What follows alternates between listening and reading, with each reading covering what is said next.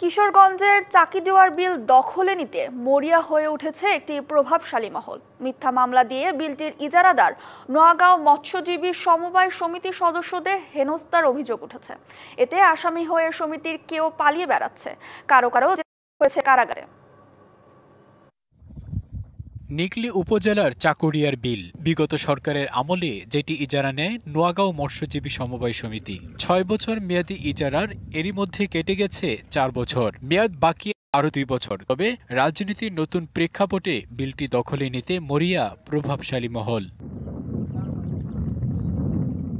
অভিযোগ উঠেছে বিলের দখল নিতে সমিতির সম্পাদক মতিউর রহমানের বিরুদ্ধে রাজনৈতিক মিথ্যা মামলা দেয় দামপাড়া ইউনিয়ন বিএনপির সহসভাপতি জাকির হোসেন। শুধু মতিউরই নয়, সমিতির আরও কয়েকজনকে করা হয় আসামি, যাদের কেউ পালিয়ে বেড়াচ্ছে, কেউ বা কারাগারে। এছাড়াও বিল থেকে লুট করে নেওয়া হয় ৭২ লাখ টাকা মাছ। ওয়ালটন আবারও মিলিনিয়ার অফারে ওয়ালটন ফ্রিজ কিনে আপনিও হয়ে যেতে পারেন মিলিয়নিয়ার। আমরা মিথ্যা একটা মামলা দিছি, দিয়ে আমরা ওয়ারেন্ট করেছি, করে আমরা লক্ষ লক্ষ টাকার ফিশারির মাছ লয়ে গেছে গা। ঘরে আইসা তারপর হামলা দেয়, বিভিন্ন প্রকার হুমকি দেয়, আমরা সারা রাত ঘুমোতে পারি না।